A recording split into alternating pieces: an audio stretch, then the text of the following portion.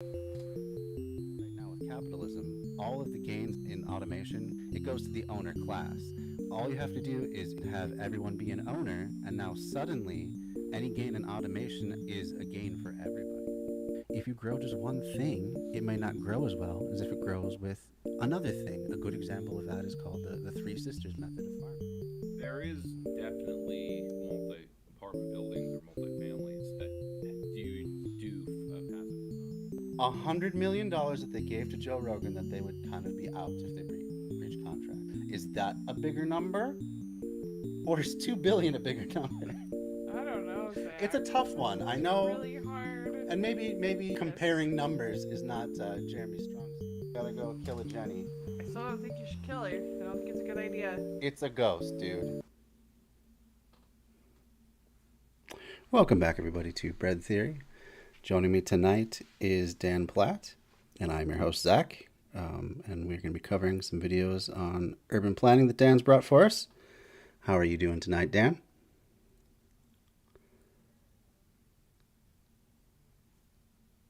Oh, I can't hear you all of a sudden.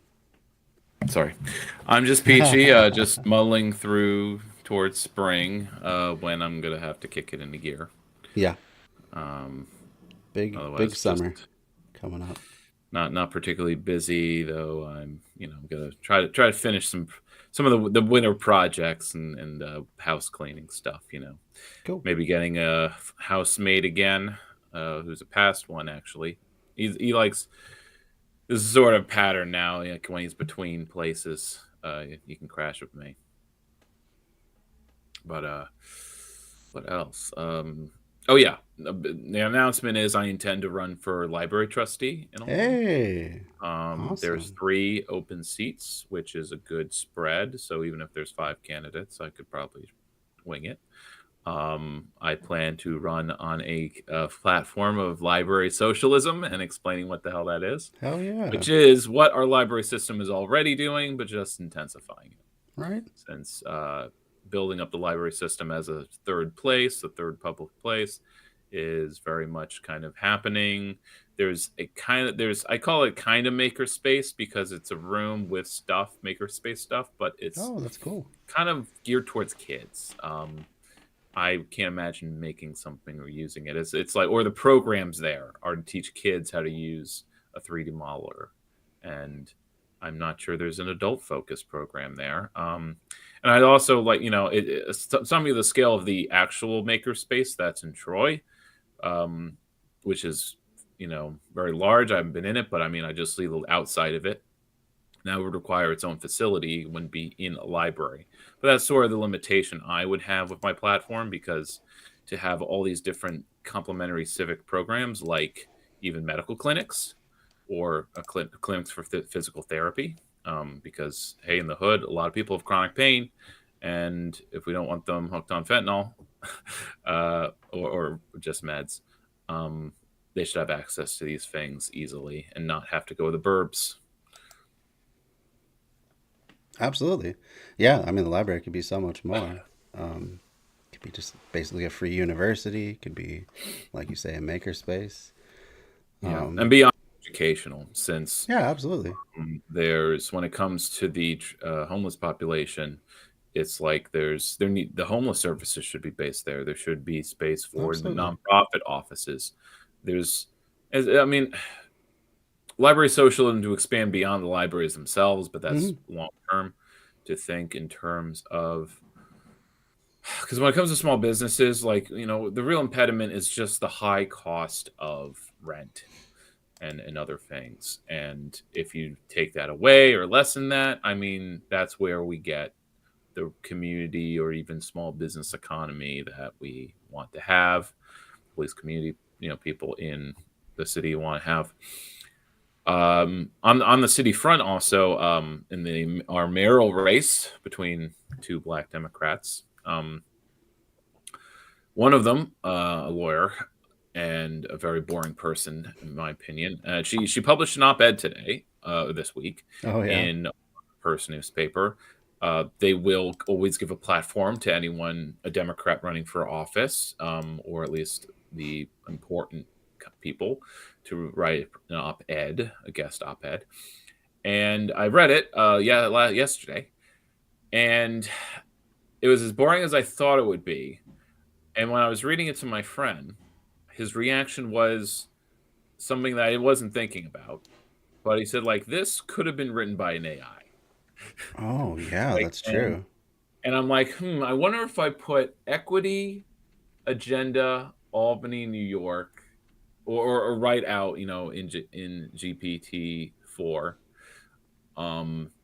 write a op-ed about equity in Albany, New York, and I probably guarantee you will spit out something close to this, because there was nothing of substance. There was nothing specific about it. It just used all the corporate buzzwords about equity, inclusion, including people in the economy. Our economy is growing. We have a growing economy and prosperity. We have great growth in our region. It talks about the region, not the city, but we have jobs in the region. Oh, jobs in the region. And Wow. that's bringing prosperity that needs, we have that. We just need to include the people who are working class or black. I see. And so she's a city auditor, that's her current post. I'm doing a equity audit to see, so we have a benchmark to see what kind of progress we're making in the city. I'm not going to say when I'm producing it, but it will be in the coming days. Nothing specific at all. Doesn't say what's in the equity. Just makes this the most generic, boring argument you could call it. And yeah, it does match her actual personality though, so maybe I can imagine she wrote it. But it's like her whole personality is that kind of corporate soup. Sure. Not soup, porridge. Where nothing's really said. Right. While being an administrator of sorts. Sure.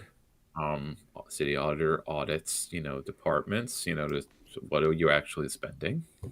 But it's an elected position, and it's the kind of thing where it's like, this is just bean counting. It really shouldn't be an elected position.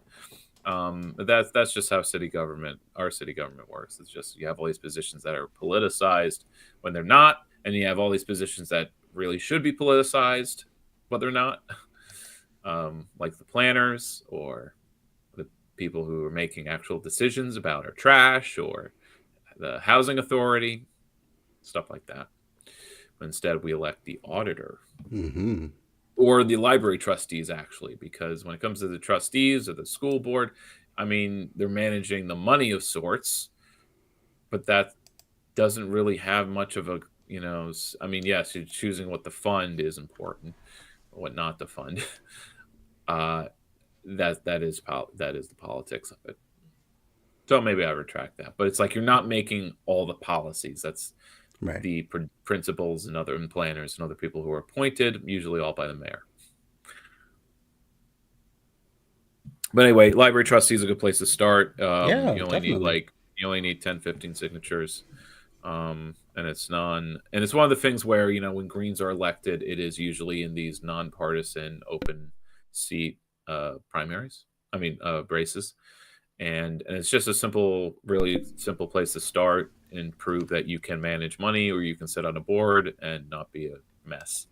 And so it's a good starting point. It was actually something suggested way back in 2014 when I helped a guy run for council. Worked for him as an intern of sorts, but I was actually doing much of the work, but I didn't know what I was doing. So he just kind of gave orders.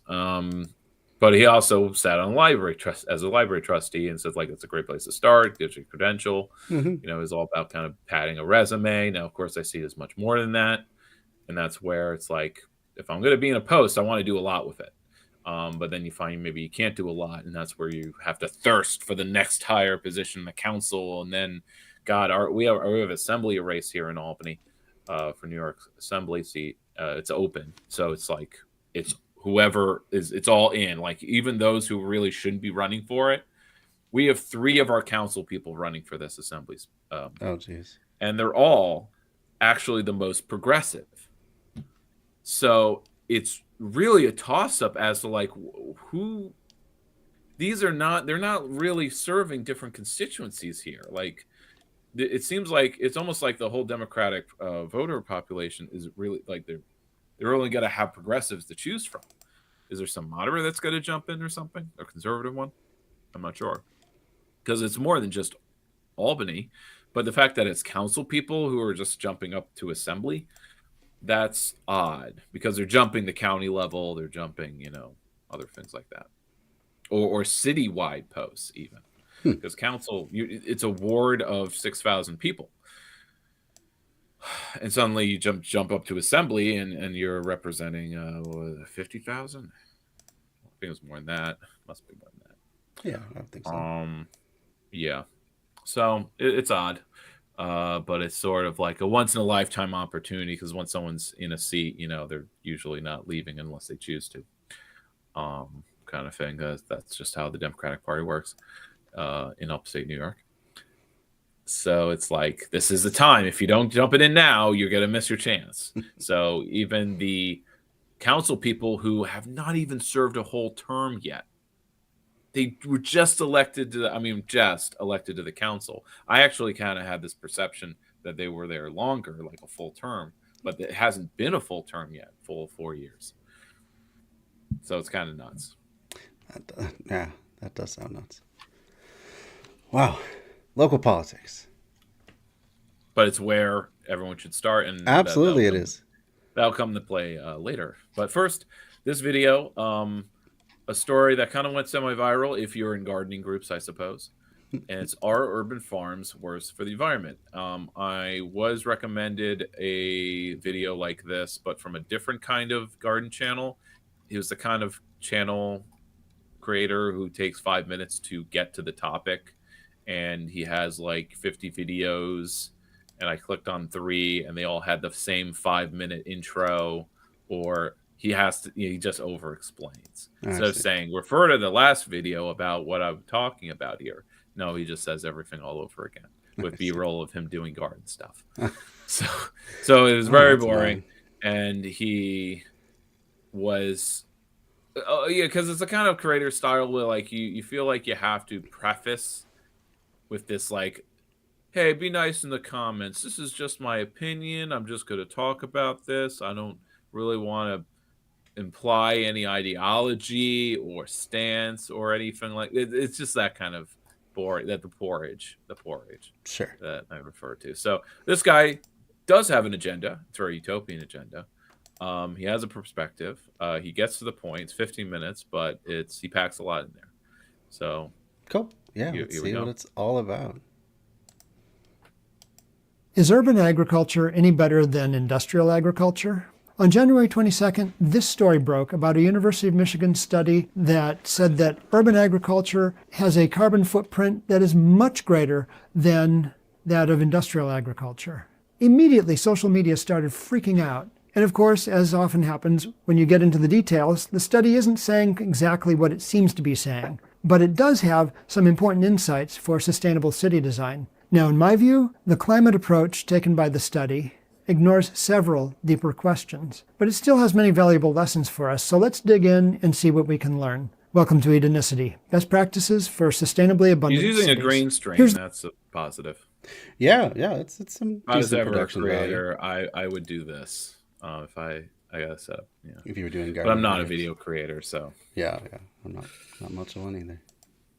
The original article, comparing the carbon footprints of urban and conventional agriculture, by a large team led by Jason Hawes, a PhD candidate at the University of Michigan School for Environment and Sustainability. This appeared in Nature Cities on January 22nd. On the same day, the same authors released a short summary version of the study in The Conversation with a best practices takeaway sheet. See links below for details. Also on the same day, The Telegraph ran this headline: carbon footprint of homegrown food 5 times greater than those grown conventionally. Young Americans for Liberty, a Facebook group with 1 million followers, took the story and ran with it under a comment that read, "Which country will be the first to declare home gardens a climate crime? This is absolutely..." So I guess I have to edit what I was saying. It went viral amongst right-wing media accounts I see. because this was something they could bash the left, because the left like being self-sustaining with their food. Yeah, but I It's mean, there's like so many right-wing preppers though too, so they're kind of taking aim at it's them as strange. well. It's strange, but I mean that's the interwoven mesh of the capitalist I subcultures that we were guess. discussing last time. I guess. That it looks like that they're actually like minimalist. Preppers are the trad life and the off grid, but really they're actually hustlers and tech bros when it comes to you know being a marketer and or the telegraph. Let's say they're actually maximalists and they're actually anti this self sufficiency. Like this is hippie stuff. Only hippies want to be off grid and free of the marketplace Sure. because they're failures. They can't hack it in business. Yeah. I guess yeah. Also just don't care if it's sustainable at all. They just want to be able to outlive everybody. Well, yeah, it depends on what kind of industries are the real backers. Hmm. Um, if it's a big oil, then yeah. Interesting so far. Lunacy. On January 26th, the Atlas Society, a Facebook group with 240,000 followers, ran the Telegraph headline, along with this image of Swedish climate activist Greta Thunberg apparently scolding Oh home. my goodness, they so love beating up on her. It's a bit. It's like a meme that has no substance anymore at this point. Well, it's like the other, screaming, Oh lefties, man, I and still Big Red. see right wingers posting that The crap. one It's like, woman, who was crying right? at Like, does that 2016. really? Are they really laughing out loud every time that image comes up? It's like, oh my goodness, No, this. it's just a shorthand for this. Triggers the libs. This I triggers the guess so, libs. but really, at Libs this are being point, triggered. It's does just it a actually shorthand. trigger anybody? I mean, I've never seen it, but maybe it happens somewhere out there. Maybe on certain Twitter. I don't corporate know. circles, I guess. Um, but yeah, I mean, they're comparing giant agricultural picking machines to mother and daughter digging in the dirt. Yeah. So Well, it just interesting. shows that they're just using the headline, Right. not Well, that's the he'll thing is dig into the what is the details of it. substance? That's what I keep But they're just wondering. imagining like, see, these woke leftists will scold big industry and capitalism, but really it's their own projects, community projects that are more polluting, apparently. I guess so. And it's the Atlas Society. I mean, they're not Yeah. the brightest. Yeah. Home They got gardeners Ayn with Rand "How as a dare you" underneath the comment, "Now will they come for your backyard vegetable garden?" And of course, the cherry on top was January 29th when Joe Rogan posted this to his 19 million Instagram followers. "Anyone that discourages people from growing their own food is not your friend." Now, before anybody jumps on the comments, isn't it interesting how quick we are to run paranoid fantasies before we have any details? I'm not blaming anyone. It's a universal human trait. Our minds are lightning fast at modeling survival scenarios. It's easy to see shapes in the bush and imagine something's really there. But that one time out of 1,000, when it really is a tiger, it's good that we not only see it, but can imagine with some accuracy just what it might do. Sometimes I wonder if in our modern society we are starved for this kind of stimulation. Of course, news organizations, political campaigns exploit this quality of our minds. Instead of jumping out of the way of a tiger, we click, we react, we comment, we buy, we donate. I even used it in the thumbnail for this episode. More often, though, we bog down investigating the topic without taking action, or we just retreat into an angry fog of helplessness. But today, let's get into the details. Come on. To assume that the study is saying don't do urban farming, Right. or urban agriculture, because but that's not what they're saying. They have a best practices sheet. Sure. in their short article, because that's not what the Telegraph is promoting. So it's also like, well, there's multiple agendas here. You're either kind of putting stock in the agenda of the researchers who are trying to find out what's really the sustainable agriculture, or the agenda of the Telegraph that chooses to promote a study in a certain light versus others. Yeah, there's different layers. Yeah. Yeah. I mean, I can imagine a scenario where, like, going to a garden center, getting fully mature tomato bushes, and, you know, bringing them back home, and with all the soil that's been created to put in the pots, all the carb or the plastic that goes into making those disposable pots, all the transportation of the extra weight rather than just the tomato and stuff. I can imagine a scenario where eventually, yeah, you're putting in more resources, even if you take away, you know, fertilizer and pesticides and stuff like that. The bulkness, it's Right. the kind of scale. Like, so I think there's the assumption that the scale is using less energy based on what you get, the output, than the outputs from a well, I don't want to just say community garden. It's urban agriculture on the whole, because the study is that community gardens are actually terrible because their outputs are so low. But if it's urban farming with dedicated people who know what they're doing and dedicated infrastructure, and they actually produce a lot, if it's agroforestry or permaculture, Right. If it's just a few raised beds in a quarter acre, not a lot of productivity happening there. True.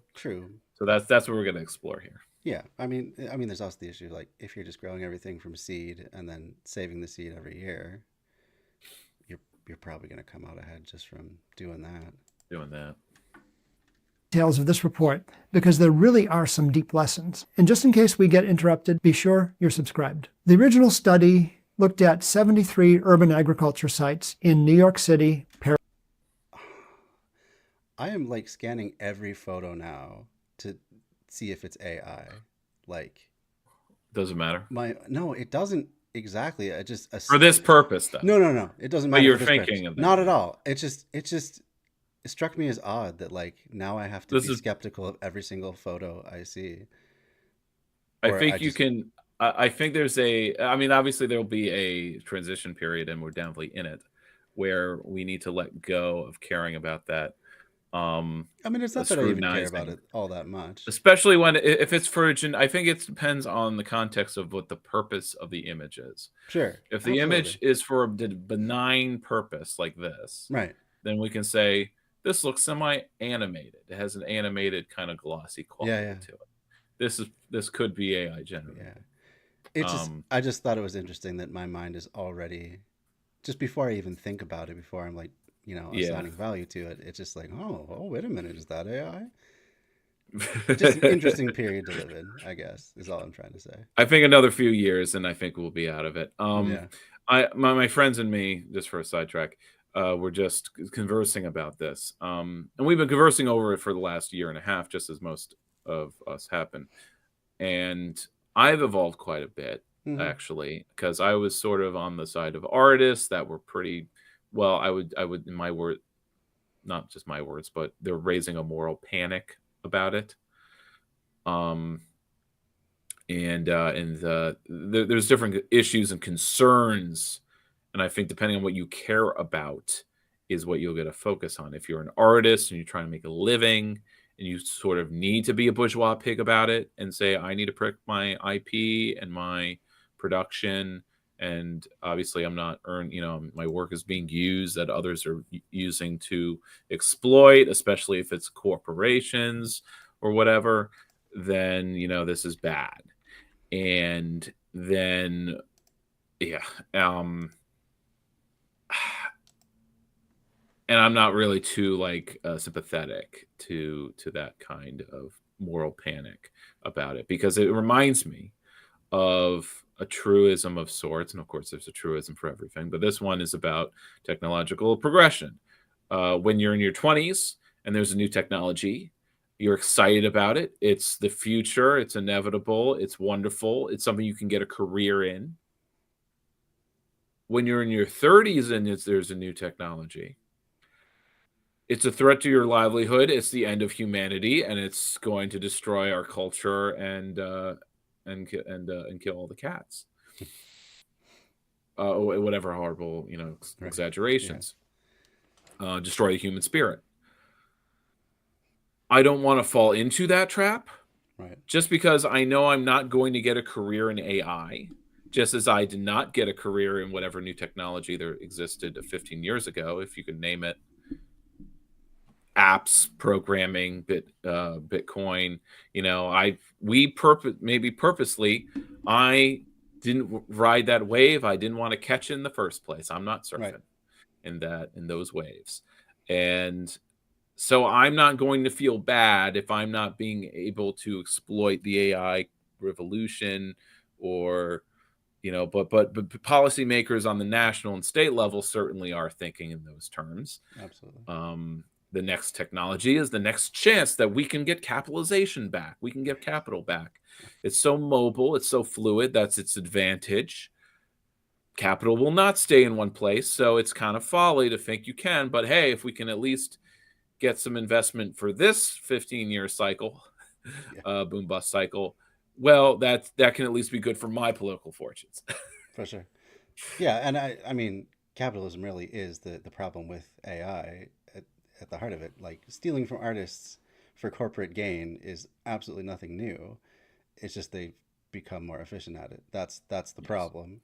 So otherwise, it's democratizing art and video generation. Sure, yeah. And in the same way that the internet also disrupted a lot of industries, or the computers. I mean, so architectural profession is a good example, and it's kind of reason why I didn't go in, because I don't want to play this game where I'm going to be obsolete in 15 years, because that's kind of what's happening. Because I didn't guess it was AI, didn't exist at the time, but just looking at BIM and the way, like,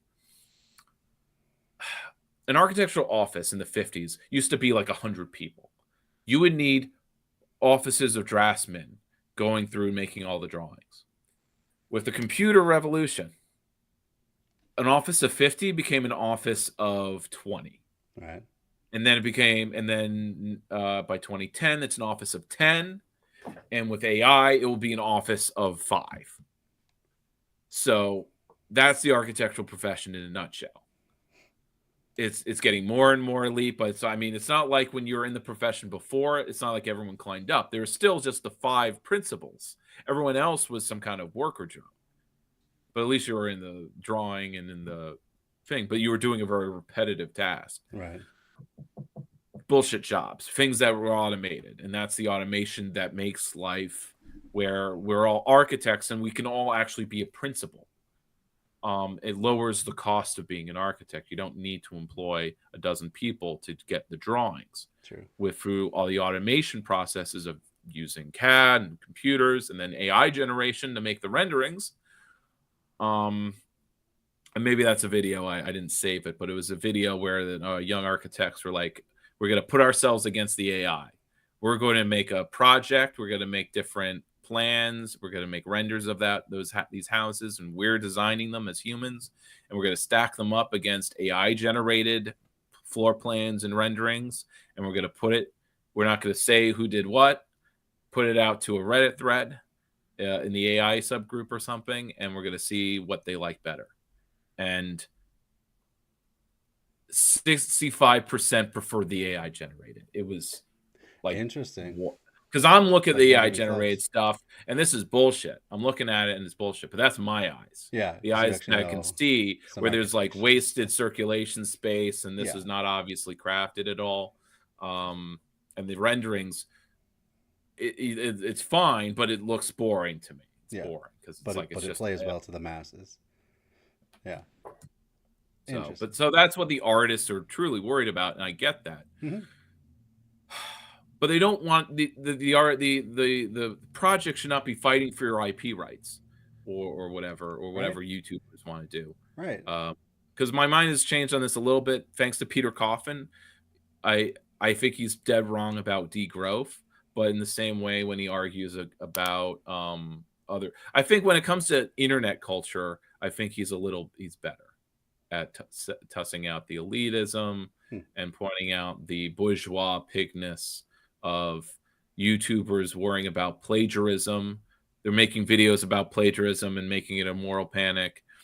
And why? Because they're losing revenue over a scarce audience. So let's not play that game. Let's fight for a commons that provides so we can all make art and not worry about whether and actually be happy that and not feel like it's sucking our soul and alienating us, that there are 10,000 people using your, like there was a post that my friends were talking about. An artist, her style was distinct enough that her very name was a prompt in the AI generation. Oh, wow. So when the people wanted to replicate her style, and they were using her name, and it was used like 10,000 times. Wow. So it's like my soul was like split up 10,000 times and sold off. That's the way she was interpreting it. But I think that's just alienation at work. So yeah. It's not real. But yeah, there we go. Well, that was a long tangent, but I appreciate going on that because that's. You mentioned it. Yeah, no, I did. No, I'm not blaming you at all. What I first noticed about this is that it's 73 urban sites to 133 conventional sites. Couldn't they find 130 urban sites to compare? I don't get that.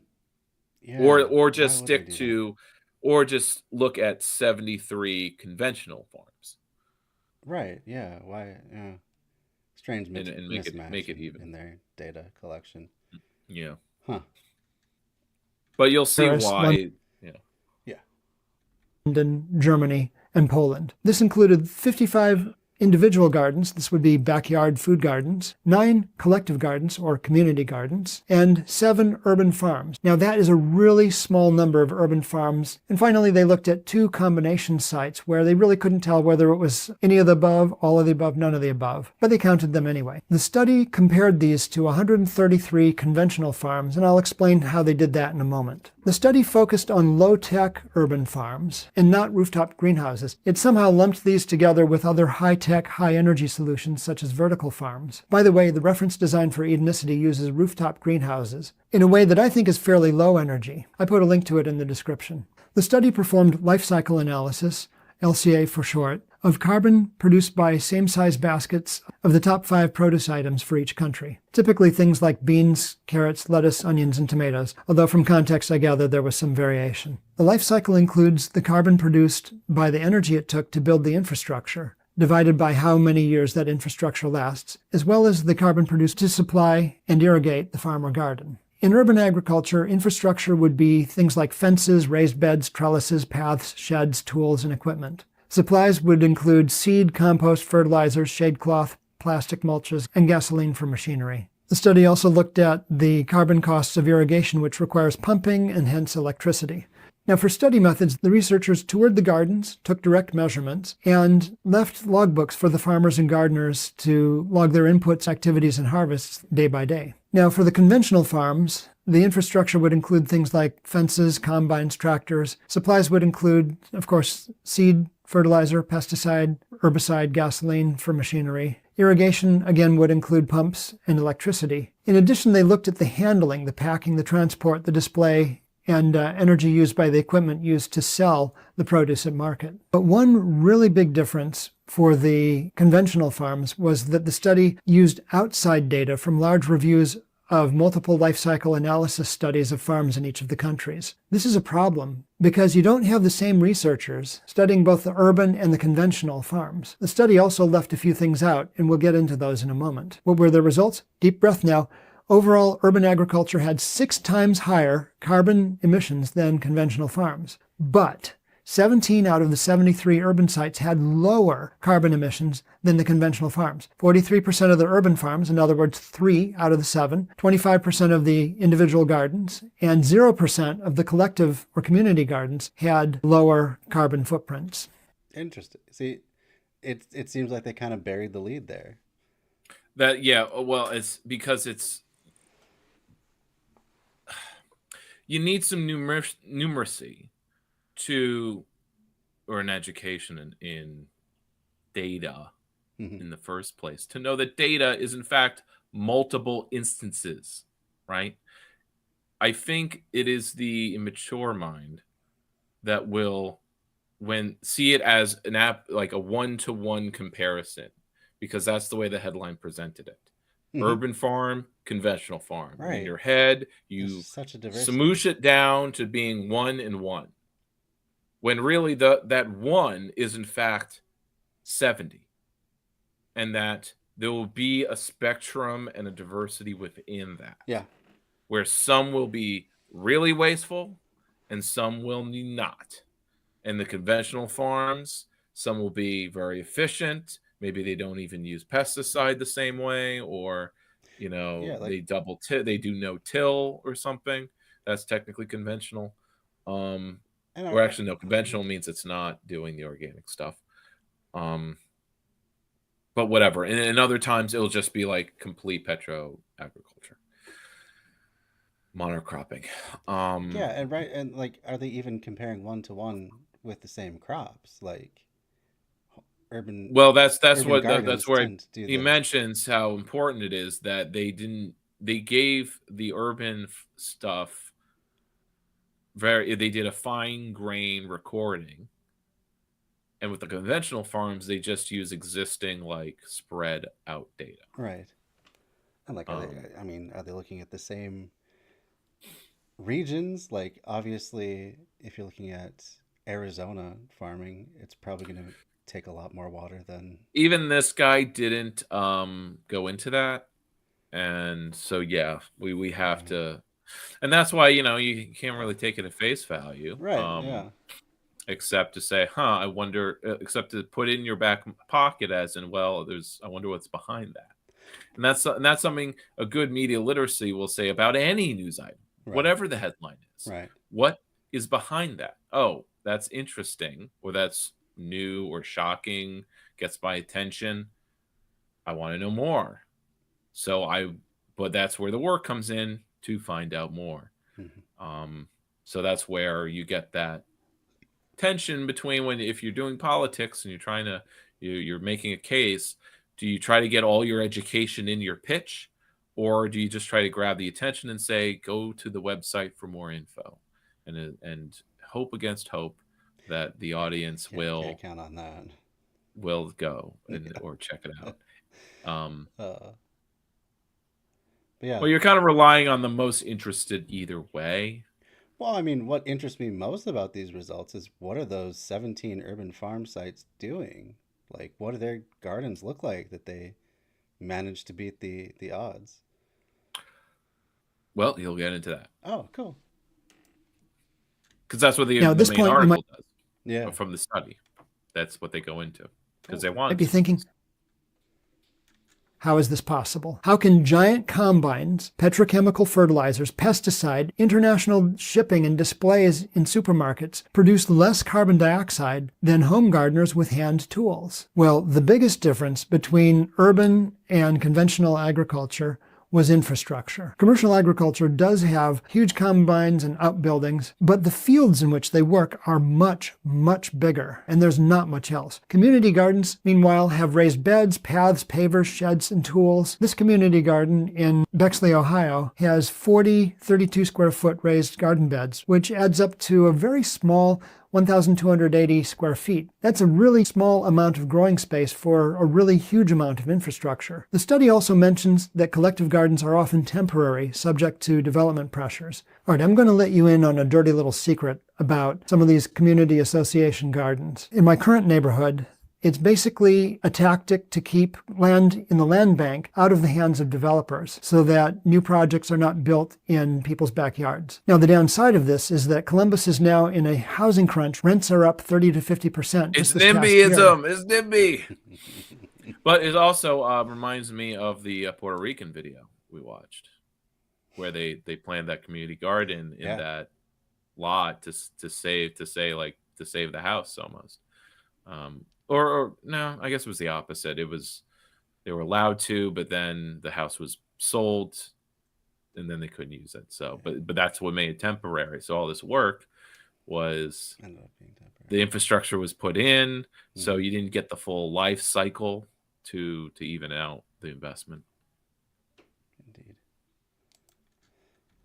So I don't know how long this is going to last. The other factor with community gardens is that they vary a lot from year to year in terms of public participation. For all of these reasons, community garden infrastructure tends to be fleeting. And for reducing carbon emissions due to garden structures, longevity is key. So the This study reminds looked me at of a lot of nonprofit work, a lot of nonprofit projects. I mean, they can get a $50,000 grant and spend the money on materials, on labor, even, and it amounts to maybe a program that only lasts 2 years, Sure. or has an effect for that long, and that effect isn't nothing, but it wasn't bang for the buck. It wasn't permanent investment, Right.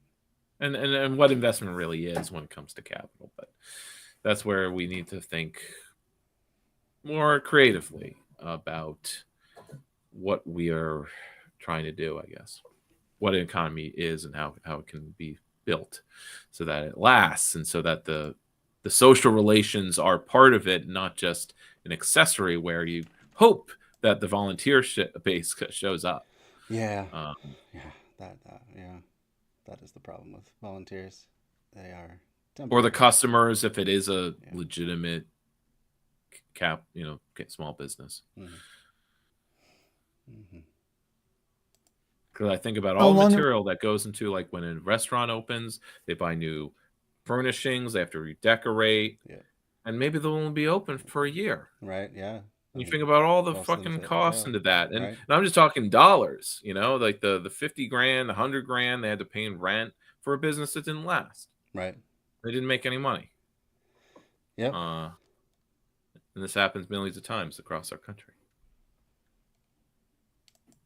Indeed, it does. It would take for the infrastructure to last long enough for its carbon footprint to break even with conventional agriculture. For urban farms, the number was 3 years. For urban individual gardens, the number was 80 years. And for urban collective gardens, that is community gardens, basically the answer was never. Now, in addition to structures, there's supplies, which would, for community gardens... I do love community gardens, I gotta say, but more because it's a third space that is at least somewhat welcoming to everybody to just exist in. Like, even people that are not necessarily members of the community garden, usually there's spaces for them to hang out, and like it's just it's nice beyond just producing food. And this is where the planning can go much wider. In the 70s, I have old books of my father's where they're talking about, like, energy planning, and they're just talking of energy use and planning, like they're trying to do ecological based planning, but they're just kind of using energy inputs and outputs, because when it comes down to it, everything's just energy. I found it very simplistic, and of course it's like, no wonder this didn't really, like, catch on or develop into something like energy all the time. More concrete, I guess, in economical terms. And it's how you get, like, the peak oil crowd. But what am I going at? Like, in terms of food production, the community garden maybe is 6 times more carbon emissions. But if it's as a third community space, well, what's its carbon emissions compared to a bowling alley or some other kind of carbon intensive sport? Jet skiing. I mean, just a public plaza with a fountain in it, that's running continuously. Like, now, of course, it's these kind of questions and calculations that the lovers of freedom and individual rights will level the charge that we are the destroyers of fun and humanity. Because if we do make everything such a calculation, we will say, like, look, you're only allowed to do these kinds of activities because they are the ones that have the lowest carbon footprint. And if we judge whether you can do something based on that, well, then that's the kind of, restrictions that are true oppression. Yeah, well, I mean, that is a weakness of reducing the entire green movement to carbon calculations. as though that's all we need to have. But it isn't, as we like to Yeah, explain, I guess, over explain. right.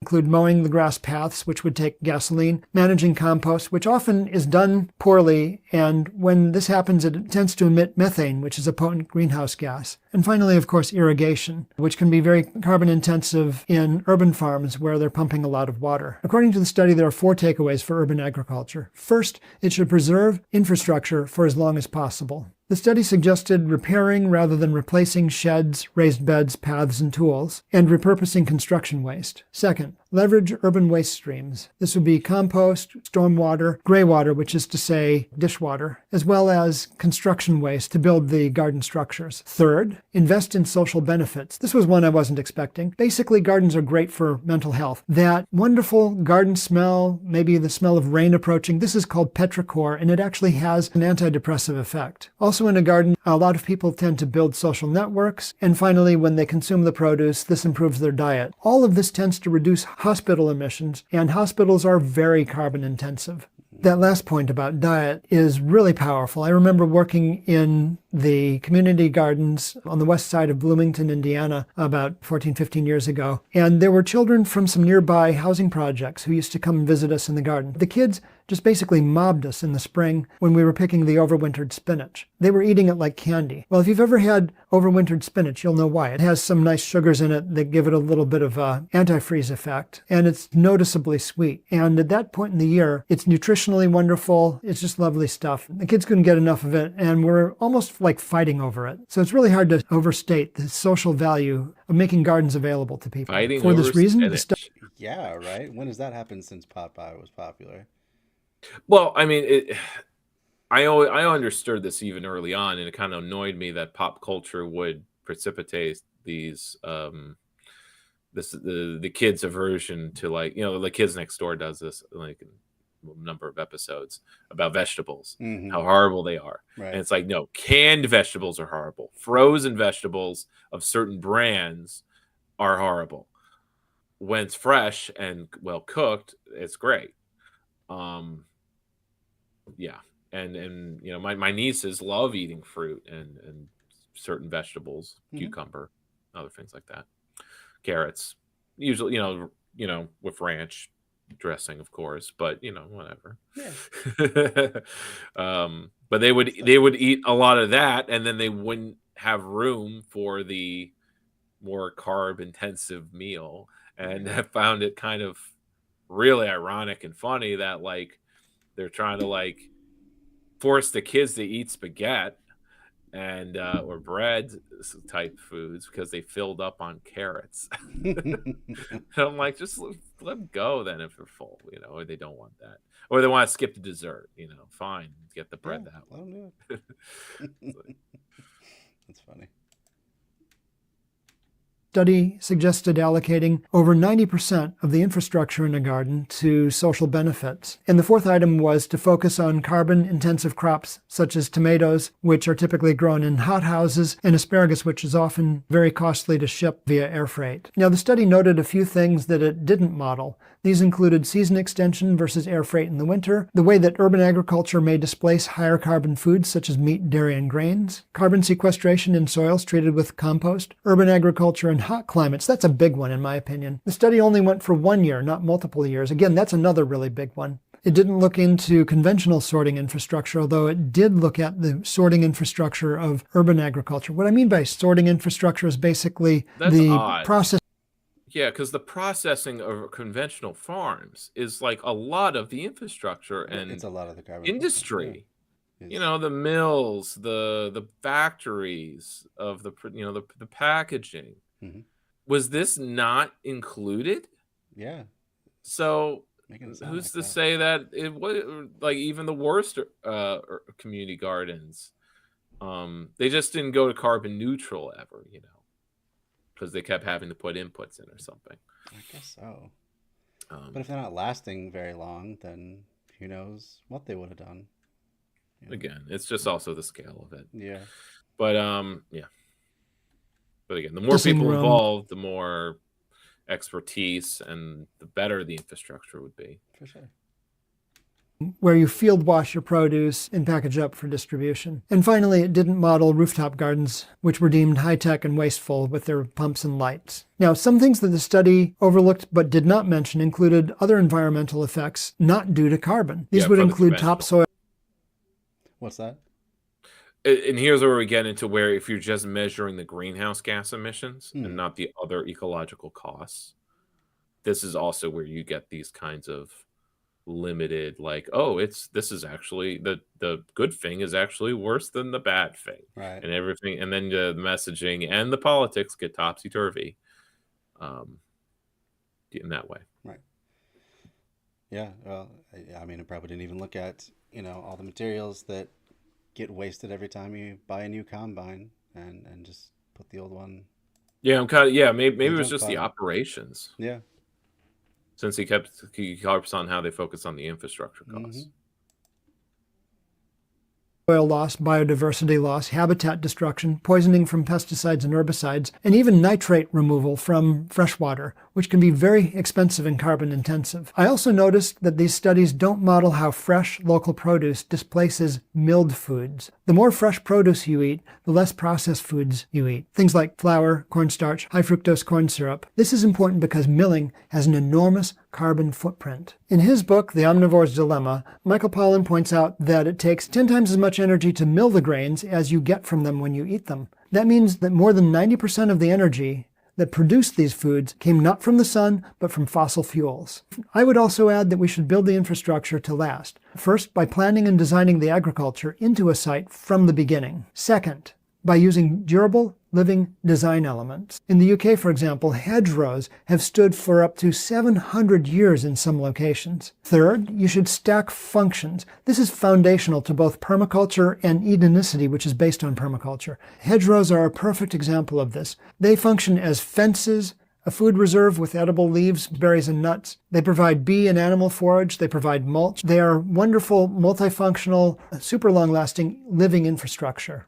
But there are also windbreaks, which helps prevent soil erosion. Like, benefits of hedgerows go on and on. And yeah, I was just watching a video about just use as focusing on the species of the willow as being for that fencing, because that's the flexible, you can make baskets, basket, and they were focusing also on, I mean, they mentioned the baskets, but they mentioned just like if you harvest a shit ton of these stems, they make great basically stakes for habitat restoration. They kind of used it to basically make the weave fences along to shore up the banks of a stream. Yeah, you can make living fences out of willows, living structures, just kind of weaving them together. It's a great, it wasn't the same kind of tree as like the firewood, but they were giving instructions on how to make such a weave fence where you want to make sure you cut all the other stems. That way the main stem is getting thicker every year. And so the energy isn't going into making like longer side branches. Sure. That's what makes that work. Cool. A really big concept that the study left out is yield. How much produce per unit area does each method produce? This plugs into the much larger narrative. This is what surprised me. I thought this was what they were basing it on. Yeah, right. I thought that's so. Like what? I think they were just. I think they were just going off of like embodied energy use, and that's it. Yeah. But I'm like, how could you ignore the outputs and just focus on inputs? That's what kind of surprised me. Right. Is this point here? Well, sure, and like yield per acre is tremendously impactful to how much land you need to take from wild spaces. I would think the whole argument of the pro-conventional side is just look at how much is created with the fossil fuel agriculture.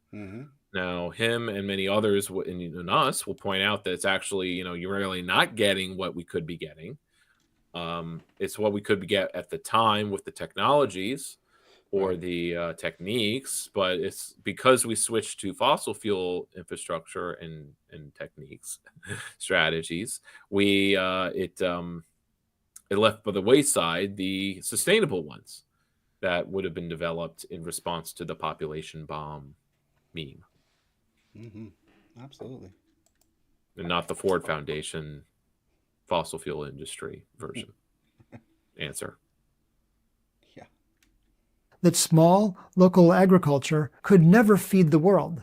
If you're like me, you grew up watching Green Revolution propaganda videos in grade school that basically said that all the billions and billions of people in the world would starve if we didn't have giant factory farms.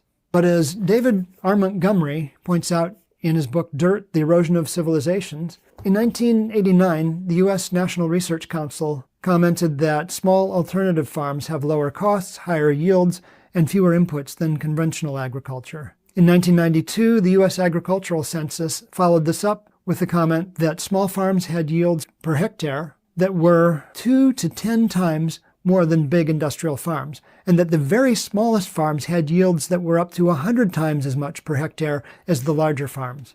In this 2021 Pause. unsustainable... Now, just a point here on if that's the case, how is it that small family farms are always going out of business? There's two I'm going to touch on because I haven't read the books that fully explain it. But, well, just because you're growing a lot of food doesn't mean you're able to sell it for a lot of money. Right.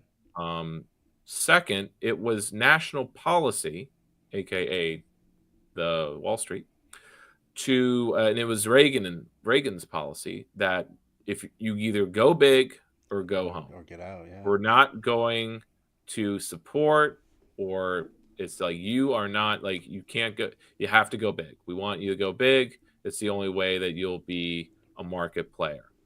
And so there were many farmers that just couldn't, maybe because of their land or the geography. And so they had to fold. I was covering this in my the book I'm reading, Living in the Long Emergency by Kunstler. Oh yeah. In his chapter where he kind of goes to an agroforestry place in Minnesota. Oh, cool. So Nice. I have not read The Long Emergency. So. this is Living in the Long Oh, Emergency, so a this is kind of like a follow-up. Okay. It's a follow-up where he talks to people he feels are representatives of the alternatives of the future during the long emergency. It's interesting, or rather confusing, that the second chapter is just a guy in Baltimore, where he's just kind of talks about his personal life and his history and the kind of like person he is, and that he's following the kind of black nationalist code of ethics that's very conservative if you think about it. But he's sort of living like a man in the post-apocalypse, so he's kind of using him as a prototype of like when the system breaks down, guys like this will be, who focus on self-sufficiency from that black nationalist perspective, will be doing okay. He's mentally prepared as long as he focuses on himself, of course, so there's that. He's not really like doing anything in the community. Was he?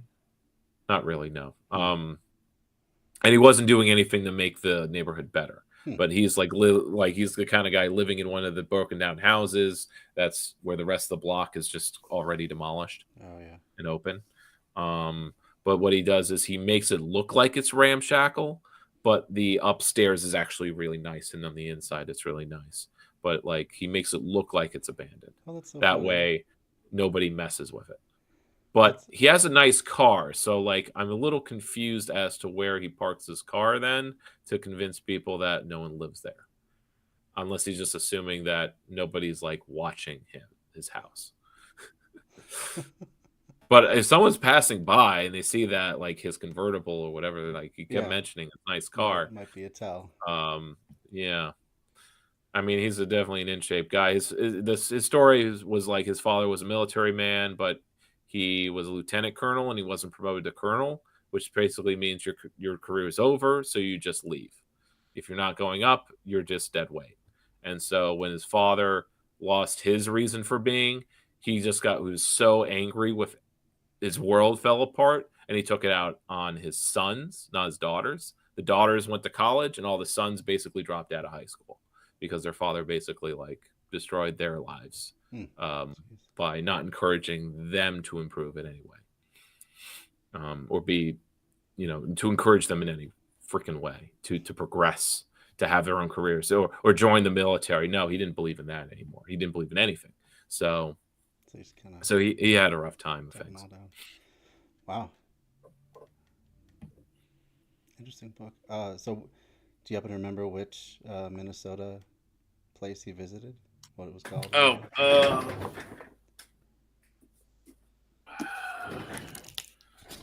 I'm President Sunday now. I can just pull a book. Just go to your bookshelf right behind you. Let's see. No,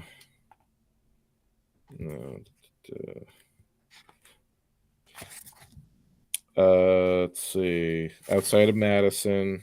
Oh, it's outside of Madison. Let's see. Matt Shepard's New Forest Farm. Oh, yeah, I like Matt Shepard. You may have heard of it. His story is interesting, which I forgot most of, but now that I've opened the pages, he was one of the last people. Him and his wife for a bit of years were the last to use the Homestead Act, like the last gasp of it in the 50s or 60s was like this claim in Australia. So like if you settle there and live there 5 months out of the year, it's yours, with a filing fee. And they did that, and they had land, but it was in the Alaska bush outside of, 300 miles outside of Anchorage. So they found that and there's plenty of caribou running through, but because it's not the area you're allowed to hunt, they couldn't hunt. So his neighbors were farming, but they were doing it in the way. But this is a guy who was raised in the what is it called? The earlier movement in the 40s that was like before the pre-permaculture. So this is a guy who is a permaculture guy, but he took the permaculture course early on when it was starting out in the 70s, and he was like, because back then it was still like, this is limited, this is just for these particular areas. It's like, no, we need to learn how to feed everybody with this. And so agroforestry is where it's like, that's where if it's the whole farm, you can actually scale it up. Because otherwise, at the time, the first permaculturalists were very much just the backyard garden type thing. And so he left Alaska and resettled in a place where he didn't have to drive 3 hours to get to town. Well, that's cool. But he tried to grow enough food to live up in Alaska with nuts and berries, but it's kind of limiting. I think he's really big on developing new, not strains, but new varieties of things like of tree. Yeah, no, he talks about the bring back the chestnut. Chestnut trees, which there actually aren't much of. So he's trying to bring back. Right. Yeah. Mostly because of invasive bugs and blights. Right. Yeah, there was a blight that basically wiped them out. But they used to be referred to as the redwoods of the East because they just dominated every forest and provided most of the food stuff for the native people. So now he's got some strains of chestnuts that are kind of fused with the kind of Asian type of trees that are resistant to it. So there's a strain that you can plant. That's really cool. Maybe get some seeds from him. I don't know. Yeah. All right, let's finish up the video here. Magazine article, David Fisher describes his experiments in a home vegetable garden. He found that he could grow enough to feed a person on 1,400 square feet, which is about 1% of the 3 acres it would take to grow this commercially. This was using hand tools, 7 hours a week, in part shade, clay soil, not an ideal environment. Going back to that Bexley community garden, by mid-season, half of the beds were basically abandoned, and from the abandoned beds, volunteers were able to grow some 2,000 pounds of produce, again on a fraction of those beds. And finally, garden diets displace the dairy, meat, and grains we get from large farms, providing us not only a healthier diet, but also one that can be supplied on a much smaller area. The purpose of Edenicity is to end the mass extinction by reversing the sprawl that destroys wild habitats. This includes our sprawling food system. In the Edenicity model, food is professionally grown where people live. That is to say, we use urban farming. Best practices include professionally managed compost, capturing stormwater, and in some cases gray water for irrigation, using living elements where possible, and stacking functions like we did with those hedgerows. The common areas of Edenicity can have an ornamental function with many social benefits. Fragrant blossoms in the spring, beautiful foliage in the fall. They should also stack functions and provide some food. The trick, of course, is to make sure that you don't end up building waste into your designs. For example, with lots of fruit falling on walkways and rotting. So in summary, the Michigan study underscores what I've already said on this channel. Urban agriculture needs to be durable, protected, and professional. If we do those things, we won't have any problems producing less my carbon. mind goes to seeing that image of the orange trees, to just put net catchers around like a round kind exactly of what I was thinking. around the tree, and then it sticks out and maybe it wangs people in the head sometimes, but the No fruit more so than a into fallen it orange. and it Yeah. falls into like a basket there, and people can walk by and grab it out of there. Yeah, right. It wouldn't take that much extra to make it much more useful. $100 per tree Sure. Yeah. for that Yeah, material. and like you said, if we made it more of a durable thing where we just set it up during the ripening time and take it Yeah, down and then store it for take the it next year. down. Yeah. Yeah, it could definitely be. Another job well. for the general services staff to do. There They you go. probably would grumble about it, but Yeah, why not? or it's overtime. Yeah, there you go. Give them some overtime. In industrial agriculture. We'll also reduce our agricultural land use by factors of 10 to 100. Only when we do these things will we have the chance to restore the lost half of Earth's wild habitats and end the mass extinction. The best part is this will be a healthier, more convenient, and tranquil way of life. And I can't wait to see you there. Take care, stay green, see you next time. I really enjoyed that. So I'll oh, does this go into my playlist? Yeah, apparently Yeah, it does. okay, that's good. Well, that means you can just cycle to the videos I could just call out. But we'll cover this maybe next time, voting and third party stuff. But unless you want to jump to it. No, that's fine. We can do whatever you like. All right. So next is the next one up. Huge problem. No. At the top. This one here? Yeah. This video might be a surprise since I usually make hours-long videos about a variety of immersive sims and other games. But a few years ago on this channel, I was on a real urban planning kick. I talked about SimCity 2000, which is still my favorite city builder. Ooh, I just want to briefly mention, while it's still in my mind, that Edenicity concept that he was talking about, that sounds pretty intriguing. I'm definitely going to look into that more. I'll watch his content as well. It kind of reminds me of this guy I worked with through the Time Bank website. He was actually like homeless, but he was like but you could also think of him as being super minimalist at the same time. Sure. And because he's also like ex-tech who let go of everything.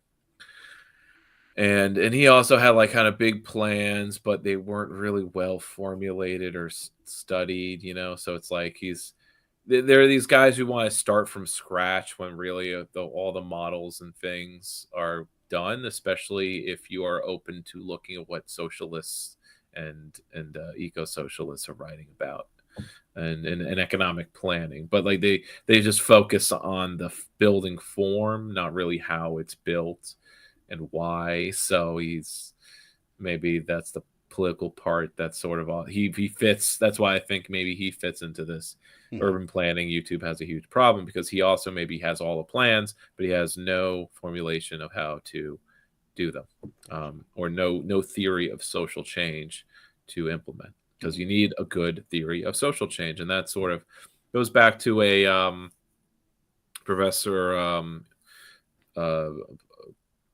Pashat,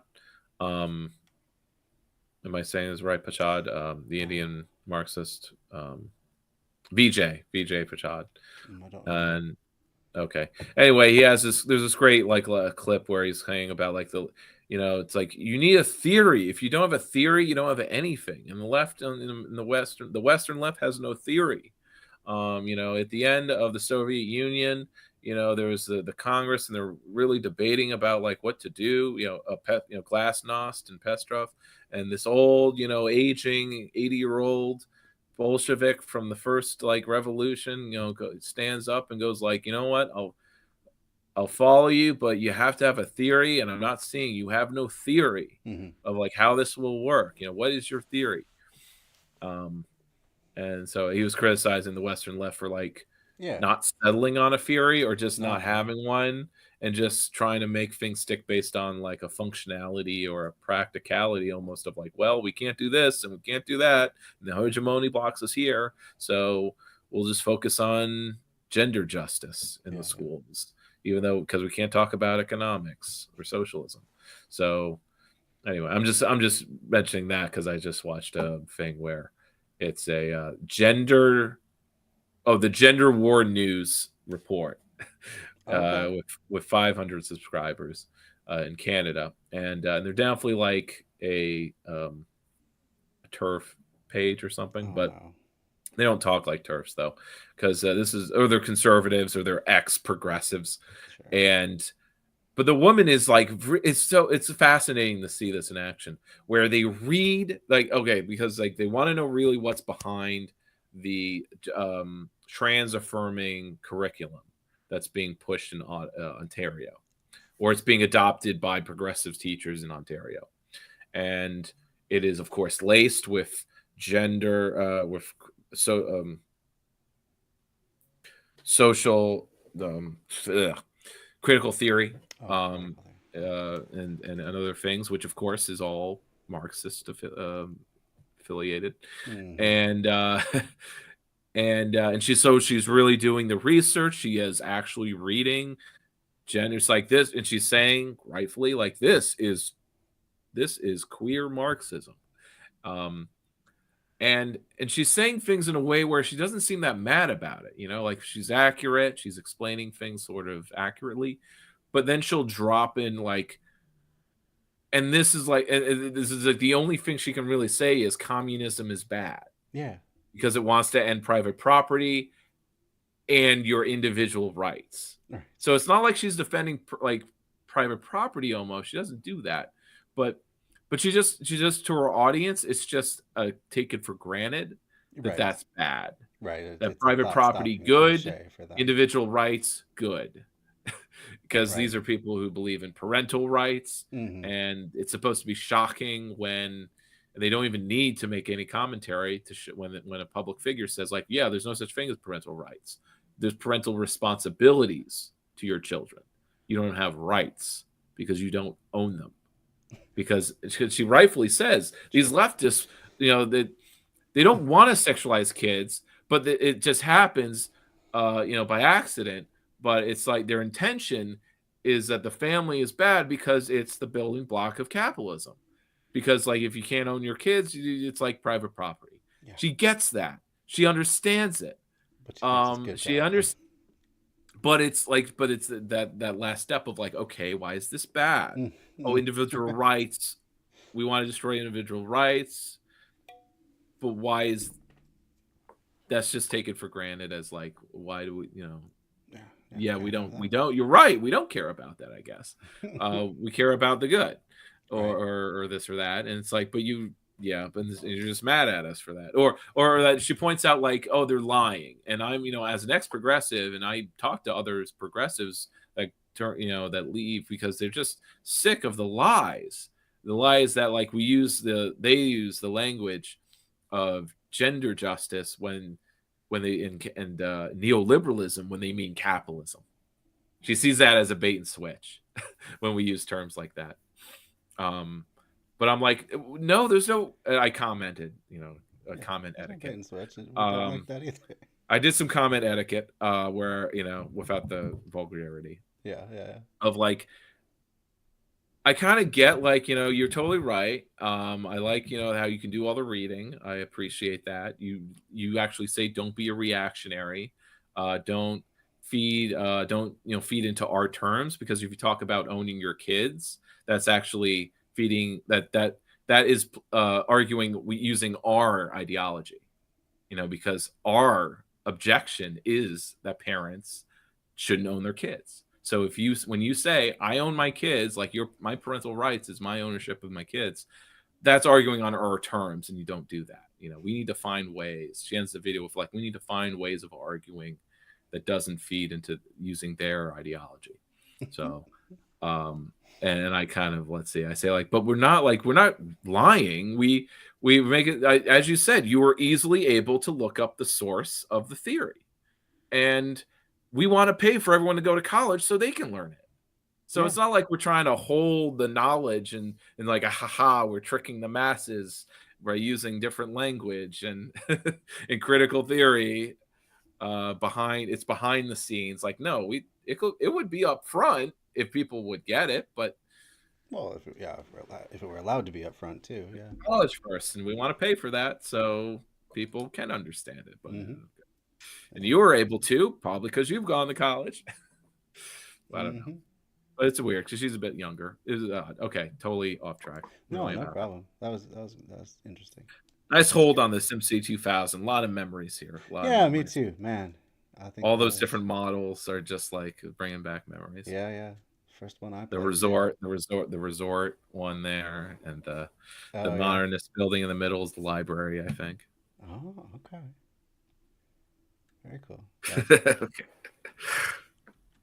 30 years after it hit shelves. I talked about how 2013 SimCity sized up against City Skylines, and I talked about the real impact that people can have on their cities that city building games don't model. I even talked about what future city building games need, because nowhere in reality does city leadership just sit at a computer and paint khaki landscapes with roads and zones. No, I haven't played City Skylines 2, don't at me. At the same time I was doing all that, I was starting to get into there's no politics in that, so, from what I can tell, City Skylines 2 is just more of the same. Okay.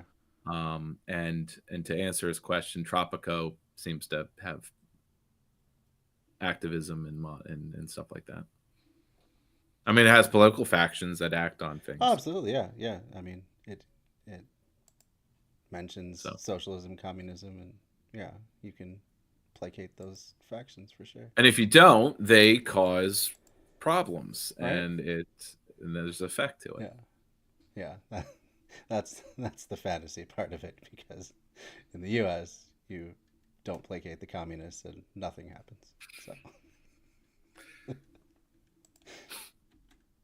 Advocacy in my own hometown of Colorado Springs. So I started watching urban planning and transit-oriented YouTube channels because I wanted to understand the work that needed to be done, especially around pedestrian access and public transit.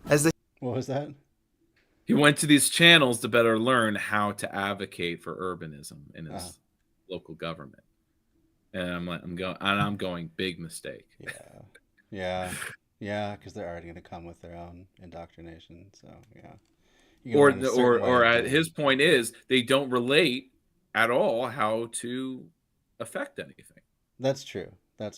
Yeah, they are mostly. It's disempowering at the end of the day. It's content for the purpose of catharsis. Right. They say on the internet, That's why ContraPoints is just doing 3-hour book reviews now. Yeah, because she's just gotten done trying to affect change, or yeah. Well, I mean, her last political video was basically don't do politics, right? Or to summarize, was orange-pilled by Not Just Bikes, the Canadian transit advocate who moved to the Netherlands, a world model of multimodal transit. Many of us have been activated by his snarky, often angry commentary about how bad North American cities are, and how developing or destroying cities for cars has made things so much worse for people and all forms of traffic, even cars. I've watched almost every single episode of City Beautiful, which provides historical context around how cities used to be more walkable and livable, with colorful graphics made possible thanks to Brilliant. Get your first 30 days of Brilliant free by using offer code, and if you've spent more than 30 minutes ingesting this kind of content, you know who Chuck Marone and Strong Towns are. You know what effective bicycle infrastructure should look like, and the pain of not having high-speed rail to zip between municipalities. You pine for when many American cities used to have trolleys. Inspired by these channels and some local advocates I got to talk to on a podcast I used to run, I bought a bike a year ago and learned a lot of ins and outs about bicycle transit too. Induced demand, multimodal transit, mixed-use zoning, missing middle, parking minimums, road dieting, car dependency, and many more terms have become the go-to jargon of these channels and those who watch them, and that's where Urbanist YouTube has a big problem. In seeking a more active role in my community, going down the Urbanist YouTube rabbit hole has really bulked up on my understanding of urban planning theory and practice. If one more person recommends I read Jane Jacobs, I'm going to explode. It's shown. Oh, I'm sorry, but having read Jane Jacobs, she's overrated. I'm sorry, but it's true. That's what he's joking about, though. Yeah, she's got a few chestnuts, but other than that, yeah, it's, you know, bit of a reaction. Capitalism good. So yeah. Just smaller blocks. Just gotta Right. gotta be in smaller blocks. One That's of all you eyes need. on the street and smaller blocks, and you know, multiple uses at different times of the day. Then you know, Well, you capitalism can need to humble on. combine. You need to combine her book, and that's the thing about like certain perspectives or theories is that it's a set of books you have to read. Right. So you didn't need to read her and the rise and decline of American cities, the rise and death Death and of Life American of Great Cities. American Cities. That's Yeah, right. the Death and Yeah. Life of American Cities. You need the Lewis Mumford book, Yeah, right. unless that's the one unless the one we just referenced. No, that's But that was Jacobs, the first one. Yeah. oh right. Oh, sorry. Okay, so I'm confused. There's Lewis Mumford's book. There's there's like 3 other books in architecture school that were the tomes Sorry. to understand mid-century thought and theory, thinking on these things. Right. And then maybe later on suggested the Geography of Nowhere, or maybe I just read that on my own time. I have that book. I have not read it, but yeah. That's Kunstler. Yeah, so. Yeah. I read most of it, I think, and I read it along with 3 other books for a paper. So, nice. It was in that context.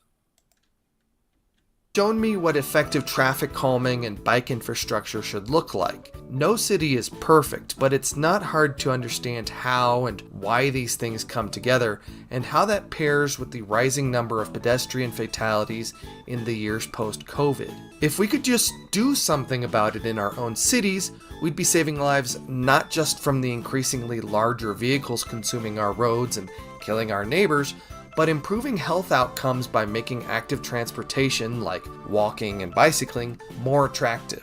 But over the years, the number of these urbanist channels has grown to the extent that many are just singing the same notes as everyone else in this new urbanist echo chamber. So I wondered, do I even need to make this video? I mean, there are already lots of research papers, articles, and videos about all of this all over the internet. Some by people much more educated on this topic than me, but apparently, yes, I do. Historical context is great. Urban terminology is fine. Understanding what effective multimodal transit and properly densified zoning are fantastic. But what isn't fantastic is reality. And this is the chasm where so many YouTubers leave their viewers at. Okay, so you want to make your city better. You know what fixtures your city should have. You know what your city should look like. But do you actually know what to do with that knowledge? What these YouTube channels fail to engage with. And now is where for a the top 3-hour debate about harm reduction voting. Oh, gee. Oh, please no. That's what you get. Yeah, right. Yeah, just get out there and vote, and then your city will look exactly like. Or Canvas. canvas for Democratic Party operatives. Right. Canvas. Yeah. Yep. level urban planning lingo meets the figurative pavement. civic engagement. As a member of my town's Citizens Transportation Advisory Board, which provides messaging and guidance for our city council, as someone who was a 2023 Colorado Springs Mayor's Civic Leaders Fellow, as someone who loves my city and wants to see it get better, I'm surprised at how many of these channels completely omit this critical function of urban planning and transit advocacy. You know, the part where you actually have to do stuff. In a way, urbanist YouTube has given terminology to a kind of slacktivism that involves identifying problems, but then not educating people on how to make urbanist principles a reality. I made this video for two reasons. Because I'll get back to they don't know anything about it. Mhm. They don't know anything about it, and it's not in their expertise. It's not. They didn't go to school for political science or something like that. It's like, well, I don't. That's not what my degree is. Right. And that's why, like in my schooling, I also read some poli-sci along the way. I felt the need to pick it up because it's like if I'm going to affect change with all this knowledge I'm gaining, I don't want to just use it in the architecture firm that I might get hired. But again, just the fact that the chances of me being hired out of school were just so slim to non-existent that I'm like, and even an internship didn't exist. I'm like, if I'm going to exact change, which is what I went to school for, it's not going to be via the architecture firm. I need to find other avenues of doing that. So I did look into civil engagement, and that's what led me to Occupy. That New Atheism first, culture war, and then Occupy. Yeah. Which again is also sort of culture war in the prefigurative politics sense. Mm-hmm. Which I also have a book where an ex-occupier kind of gives his critique using Gramsci of prefigurative politics, because Gramsci would call it, what do you call it? Like the worst kind of utopianism, but just anti-political. Oh. He just called it like, or non-politicism. Because in his words or concepts, when you're doing prefigurative politics, which is like we're creating the society ourselves and not engaging with power or the power dynamics, it's like you're basically saying we're not going to do politics. Yeah. Like we're not going to engage with power. I can see that critique. And that is sort of hollow in the long term. And it's definitely my conclusion. Yeah, really. Because I went into Occupy. Well, I mean, again, it was very much split between a prefigurative side and a what was the I have to read more of it or to internalize it, but the just the active politics or strategic politics is the opposite. Strategic side, which is the encampments are to find allies and build a political coalition for anti-capitalism, stuff. And versus the prefigurative, which is, we're just living the new world here, doing direct democracy and living in the camp. And of course, that was really powerful for those doing it, but then everyone else on the outside was turned off because it's like, well, how does that help me pay my bills? Because the strategic politics arm doing all of that stuff, but it wasn't enough, and it wasn't focused enough, and it wasn't the focus, and it wasn't in the messaging. So the whole, like, what's the message? What are you trying to do? It's muddled. It's not clear. It's because of that binary, you could say. And there's people like me that are kind of in between. I wanted both to happen and be done. It occurs in the Green Party as well. Both basically do have to happen, because all leftist projects are kind of waffling between like what we're trying to do. Are we trying to build the new world in the shell of the old, or do we want to be strategic and build coalitions to challenge and not just be we're not going to be we're good at not being controlled opposition, but we also don't want to be contained opposition. Right. And I think that a critique against Greens and maybe others is that maybe there's a perception we're contained opposition. Any kind of protest. I mean, when there's a line of cops around a protest, that's contained opposition. Right. You know, you can protest all you freaking want. The government policy doesn't change. Right. That's contained. You know, that when I mean, I think I forgot.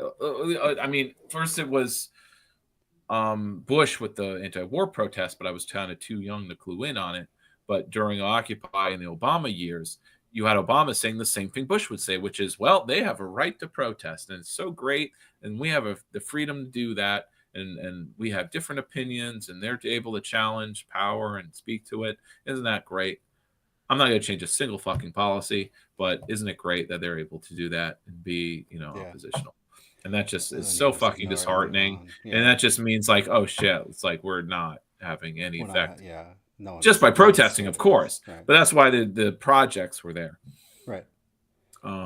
Just speaks to that tension. And then in the Green Party, it's like, are we a prefigurative project? I think there are lots of people who think that way.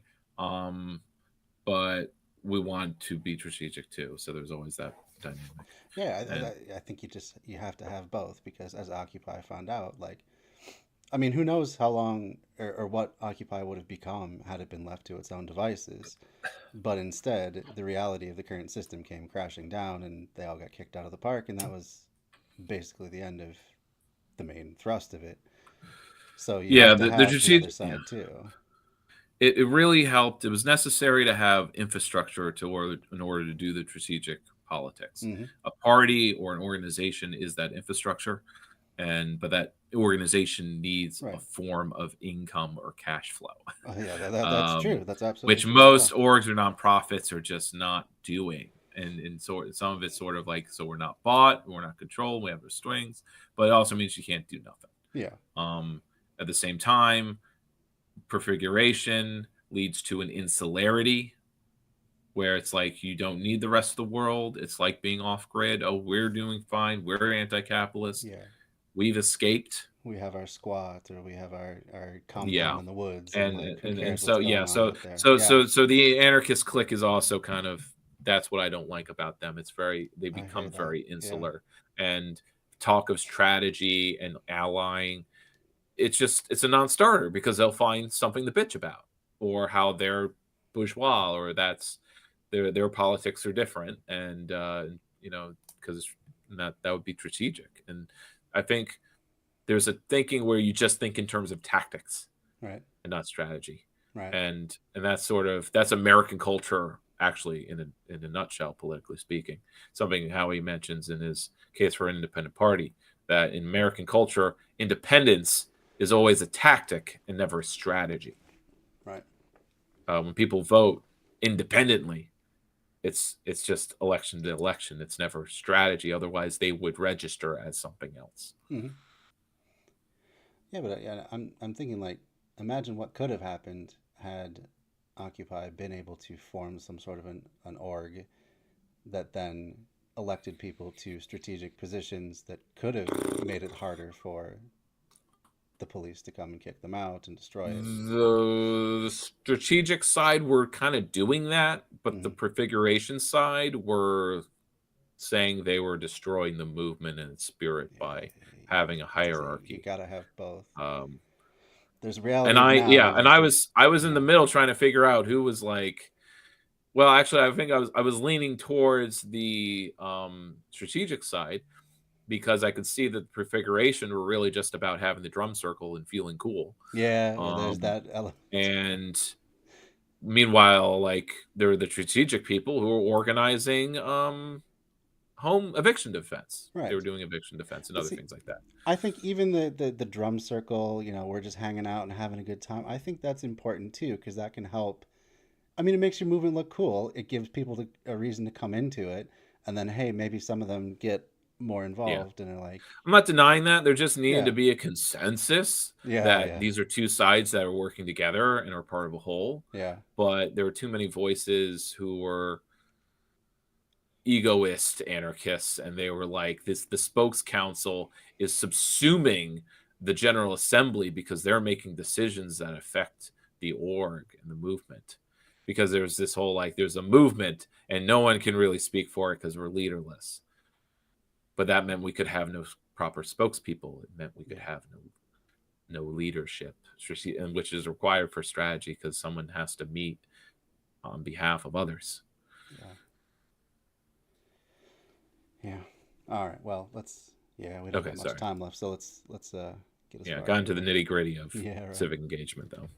The first, but the second is a video by Strong Towns about whether or not you should stay in your city and try to make a difference now that you're cursed with the knowledge of what an ideal urban environment looks and functions like. As the video progressed, I was really hoping that he would talk with actual city officials, the people who actually do the urban planning and development. Instead, it focused on small local groups that are affiliated with Strong Towns, which is a non-profit. These groups meet in coffee shops and do guerrilla acts of urbanism like painting lanes and parking spots to diet roads because they don't think their local governments move quick enough. Tiny groups can paint all the crosswalks they want, but they're not going to pour concrete to finish a sidewalk next to a fast arterial road that's known to kill pedestrians. They're not going to add a bike lane to a thoroughfare or establish a bus route out to an unserved portion of the city. Things that are a problem in a huge... And at the end of the day, Strong Towns is Republican. Yeah. Or they're capital L liberal. Liberals who at the end of the day don't really believe in government or believe that like government like in the suburban area it's going to be business owners who they're going to be the car dealership owners or something. I mean, Chuck Marone's main focus throughout his career that I've been following him has been just like, look at this suburban sprawl, and if you think about all the tax money that's generated per unit of infrastructure, it doesn't add up. So we need to have more density so that we can pay for everything. He's all about paying for things locally. Yeah, it's ending the government subsidy for sprawl. Right. Which is like saying we need to end this government subsidy for solar power. Right. And these other non-profitable things, or Amtrak. It's like under that rubric, you would oppose all government planning. But it's government planning. I mean, government planning either way. So it's what kind. Anyway, continue.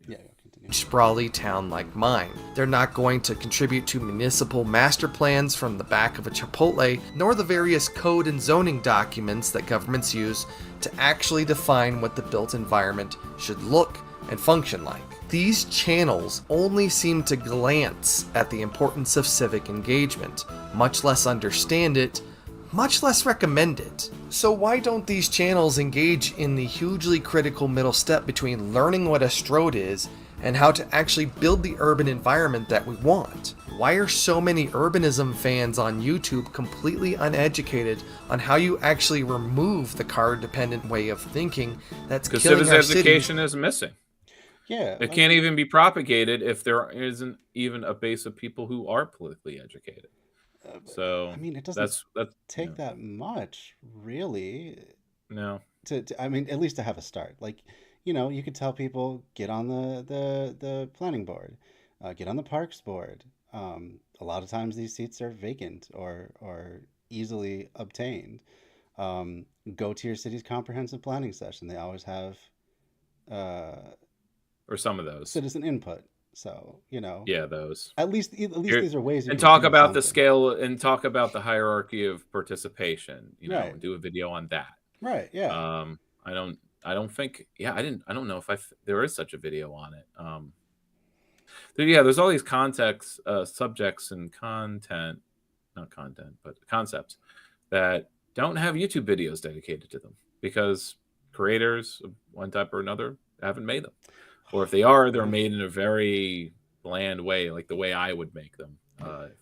Maybe that should be our next project. We can find some free stock footage or something and put together a video on these sorts of things. Yeah, I mean, I'm going to start with my Green Party orientation, which is a political education itself. There you go. Or some of it. And disintegrating our communities one 4,000-pound SUV at a time. For one thing, it's boring. If you drop into a random city meeting, you're gonna have to understand a yawning amount of introductions, Robert's Rules of Order, slow procedural stuff, and more. Well, he's not wrong. I have hated every public meeting I've ever been to. It is just so tedious. So, but important oftentimes. It's sort of the way they're set up. Yeah. But it's over centuries. It's like, well, this is how, if we don't do it this way, it will be an uncomfortable mess. And also will open up legal liability because, Yeah, that's what I always sort of make a mistake with, because of course I could argue, no, if we use this sort of consensus with proper facilitation, then it is not messy, and it can include all voices, and it can be an open discussion. But in a format that is not this, with the one long table with an audience. And the rooms aren't set up for it, so it's like the physical infrastructure isn't there for good public meetings, and to change it is a sizable investment, and you just have to go over and you get the entrenchment, the inertia. It's there's whole books on that alone, of just how to pull inertia and how hard it is to overcome if possible. I haven't gotten to a book about doing that, actually. I don't think we're going to quite have time to finish up this video, but is there a particular part you want to get to, or is there anything we could skip over? I think that's the important part. The rest is sort of him. It's been a few weeks, actually, so you could scroll through. He covers NIMBYism and apathy, just the obstacles, I guess, to civic engagement. From his own experience, so he kind of just relates. What anyone who should do this, if you do civic engagement, talk about it in these public social media ways, so others can learn from your experience. Most activists are just posting quotes and concepts and trite, and they're not posting about what they actually do. It's so annoying. I want to follow people who are doing stuff, and the only people who are doing that are the kind of people that moving through the nonprofit sector, where they're posting everything they're doing in that kind of lifestyle activist of like, look at this award I'm getting, look at the power brunch I'm going to. Like, it's what they're doing physically, but not like how they're doing it or what they're really accomplishing. Like, okay, I mean, maybe they'll say a line about like, this is to help the kids, or it's just like it seems so fake. But they look like they're having a great time. But it's also just like, this is all a show too. And when you are doing stuff, it's like I don't think of stopping and doing a TikTok. I could get into the groove of it, but I just like that takes valuable time from canvassing, or when I'm doing petitioning, like, oh, do I stop when somebody is like excited to sign the petition? Like, hey, do you mind if we do a TikTok and do, and we don't have to stage it, but just talk about our interaction, like that kind of stuff. But I'm an introvert. I don't think in those terms. I don't want to do that. But I guess I have to force it. And I mean, it sounds like the Green Party needs to get just at least one media person to go around to these events and document. We definitely need to up our game. But again, it's like that's a job. It's its own job. For sure. And we rarely, we have had at certain points when we have the money, hired somebody, but most we can have a part-timer, and they're doing our comms and writing our press releases and stuff like that. But it's like there needs to be staff to do that. You need dedicated media people. That's what the politicians have. They have dedicated people doing their Twitter and whatever in the social media. Absolutely. That's a job. And sometimes I think, oh, that's not so hard. It doesn't seem like that much time to be a social media rep. But you know what? No, it is something. When you're posting every day, that's something I don't want to take away from anything else I'm doing. Posting every day or something. Finding what to post. Right. And meme lords during COVID, like I knew some socialists who became meme lords or ran pages. Maybe you were one of them. Who did this stuff because in COVID they had nothing else to do. Right. But then life resumed, and then that went away because there was real work to do. or money to earn. For sure.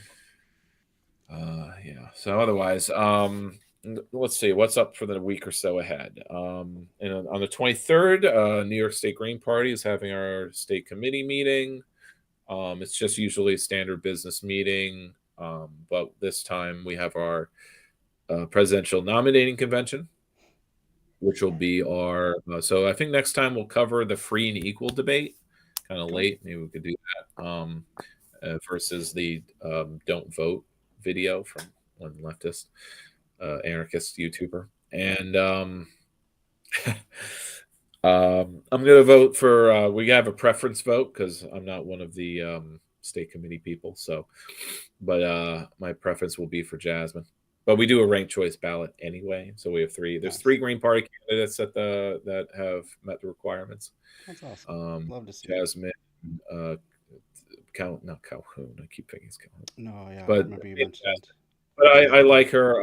She Yeah, had a good sounds performance in the free and equal debate. Stein was stammering the whole time, and all of her lines are the same from 2016. So obviously, she didn't want to run for president, and she's not prepared. She's doing her right now. She's doing her first road trip, mostly through the Rust Belt, but she is hitting some West Coast places too, but not too many. It's kind of weird. Yeah. But she's mostly focused on the Rust Belt, making like ping-ponging around the Okay. stops, visiting East Palestine, Strategy. and She's good at visiting those important sites for leftists. or environmental and labor organizing. Yeah. Okay, then. All right. Well, thanks as always. It's been a really fun time, and I look forward to what we talk about next. Always a pleasure. All right. Have a good one. Farewell. See ya. All right. Well, that's going to do it for tonight. Thank you all for joining me. And, yep, tune in next time. We'll do more Legend of Zelda, Tears of the Kingdom. I'll see you then.